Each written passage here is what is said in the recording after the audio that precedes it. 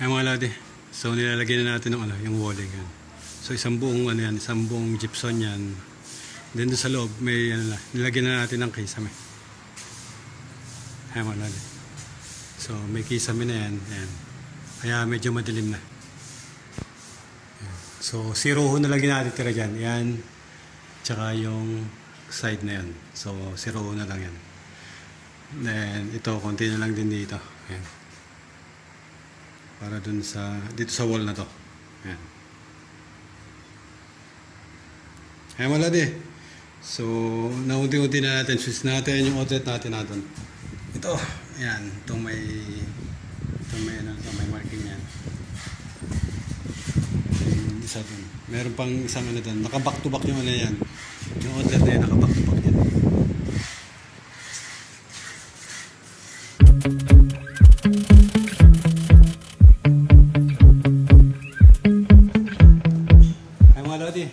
So, tinetest natin yung nilagay natin na wiring. Ewan lang, yung mga wiring na yan. So, pinagtetest na natin. Check natin. May dala tayo multimeter. So, loop checking tayo. So, naka-intensity, continuity testing. Then, nakalagay yan doon sa dalawang wire na papunta ng panel. So, ito yan. So, ang gagawin natin, i-short natin yung switch. Then, i-ano natin kung ano yung ilaw na gumagana.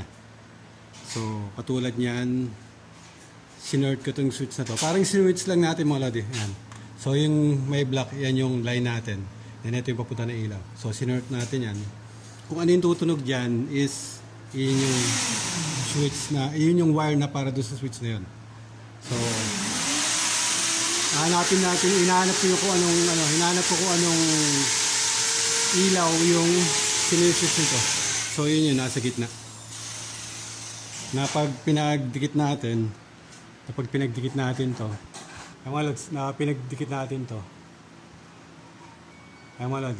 tumutunog yung multitester natin.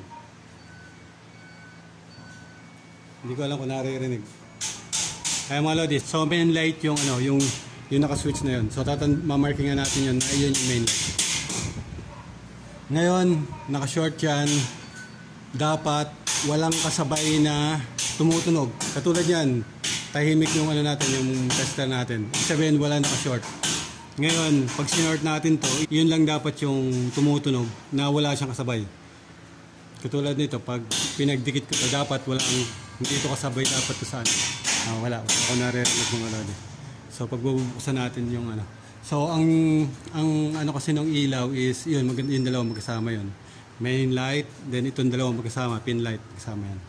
So, dapat pag sinwitch ko yung isa dito, katulad dito, ibig sabihin sa pin light na to. So, hanapin lang natin kung dito side na to or dun side na yan. So, ilipat natin to. Ibig sabihin, ito na yung main light natin ito. Then, itong dalawa is pin light na yan. So, i-sureball lang natin na walang kasamang ibang walang kasamang iba na pag pinindot mo yung main light is sasabay yung ibang pin light. So dapat kung ano lang yung inassign dun sa ilaw, dapat yun lang yung ilaw dito sa switch na yun. So ibago ko muna to, ipalit na natin. Okay na yung main light, gumana yung main light nang walang kasabay.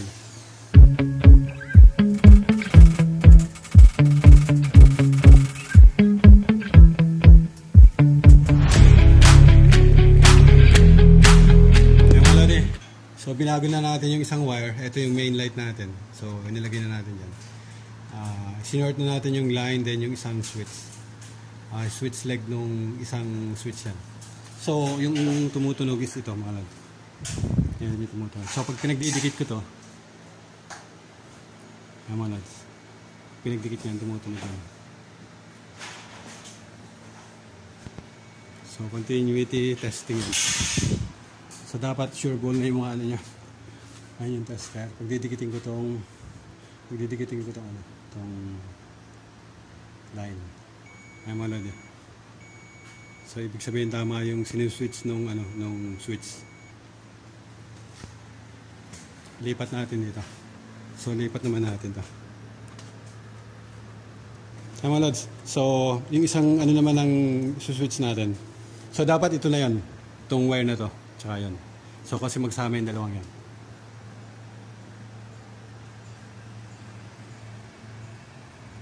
Ayan mga lodi. So naririnig nyo dito sa ano. Hindi ko lang kung naririnig nyo.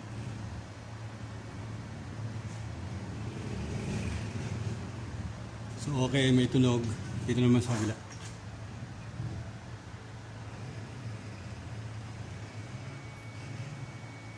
Okay dito mga lods.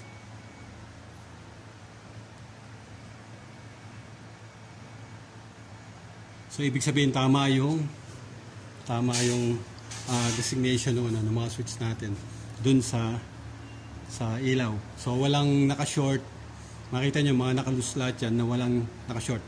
Kasi pag may naka-short dyan, yung dalawang line na yon tutunog na yan mga lods. So ibig sabihin walang naka-short.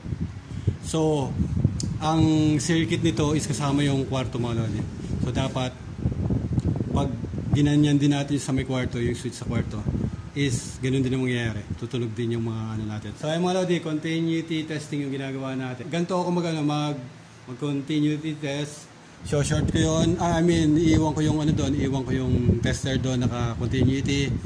Switch ko kung ano yung switch yung kailangan ko i-switch. So hanapin ko dito kung ano yung ilaw yung tutunog. So yun yung magiging designation ng switch doon sa ilaw mo. So ano to, bali 3 gang switch, isang switch yun, isang switch main light, isang switch tong pin light ito. So 3 gang, dalawang 3 gang, yung isa is para dito. So yung isang yun is iba ang circuito nun dito mga lods. So hindi pa natin na ano yan. Yung sa kwarto muna ang ano natin, ang testingin natin. Kaya lang madilim mga lods. Hindi ko alam kung kita nyo yung magiging ano dito. Ayan mga lods eh. So naglalagay na kami ng gypsum sa wall. Tsaka kisame mga lods yan, kisame. So nilalagay na ng kisame. So yung shadow line, hindi na lang namin sinagad dun sa ano, yan. Hindi nakasagad yan. Kasi wala na kuha na pang shadow line na, yung una kasing binili dito is yung wall angle. So ang alam ko nung kinumpute ko to is plain lang, hindi ganyan na may shadow line.